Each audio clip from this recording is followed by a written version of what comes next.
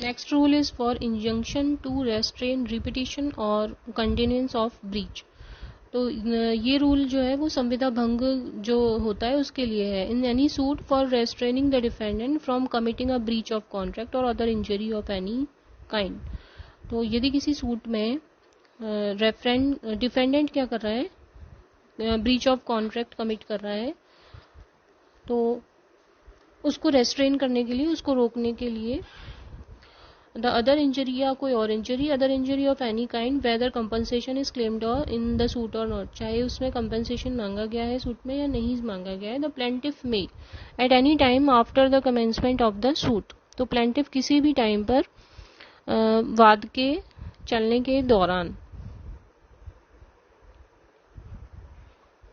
Commencement of the suit and either before or after judgement, तो judgement आने से पहले या उसके बाद में, अप्लाई टू द कोर्ट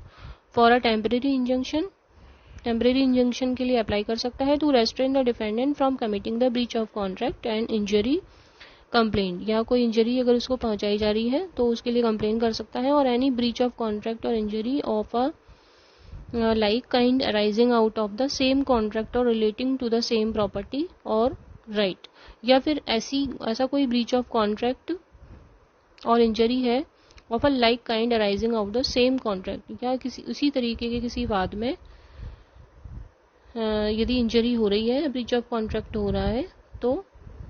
चाहे वाद में प्रतिकर का दावा किया गया है या नहीं किया गया है, वादी प्रतिवादी को परिवादित संविदा भंग या क्षति करने से, या कोई भी संविदा भंग करने से या तद्रूप क्षति करने से, वैसी क्षति करने से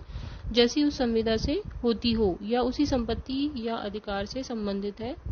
उसको रोकने के लिए, अवरुद्ध करने के लिए न्यायालय से एप्लीकेशन दे सकता है, और वो भी जजमेंट आने से पहले या बाद में कभी भी।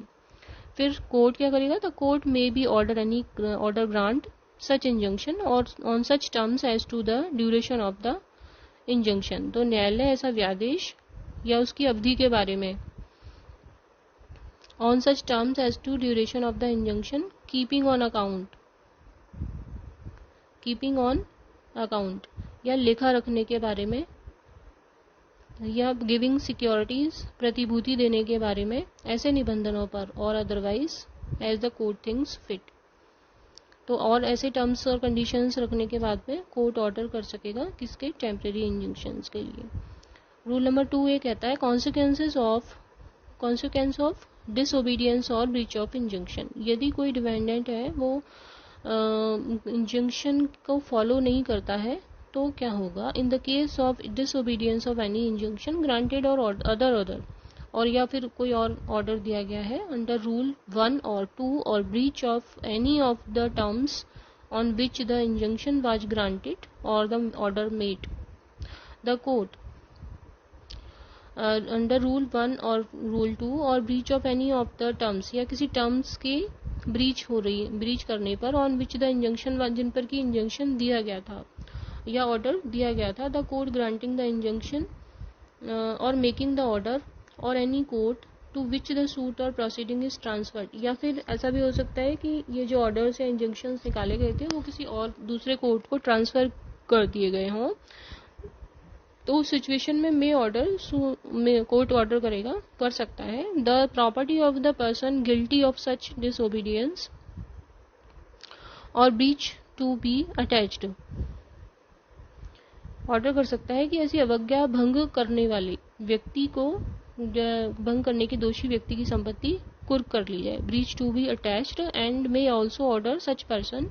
To be detained in the civil prison. या फिर उसको ये भी आदेश दे सकता है कि उसको डिटेन कर लिया जाए, उसको निरुद्ध कर लिया जाए, to be detain in the civil prison for a term not exceeding 3 months, 3 months से not more than 3 months, 3 months से ज़्यादा के लिए उसको 3 months तक के लिए उसको डिटेन कर लिया जाए, unless in the mean time the court directs it's release. जब तक कि मीन टाइम पर, मिडिल में यदि कोर्ट उसकी रिलीज करने का कोई ऑर्डर नहीं दे देता, तब तक के लिए उसको अरेस्ट कर लिया जाए, डिटेन कर लिया जाए। No attachment made under this rule shall remain in force or more then 1 year।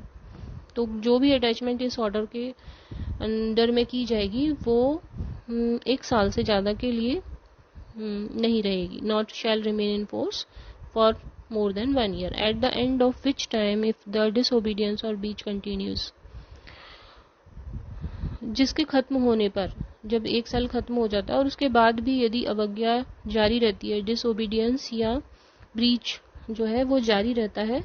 तो कुर्क की गई संपत्ति का विक्रय किया जा सकेगा. The property attach may be sold and out of the proceeds.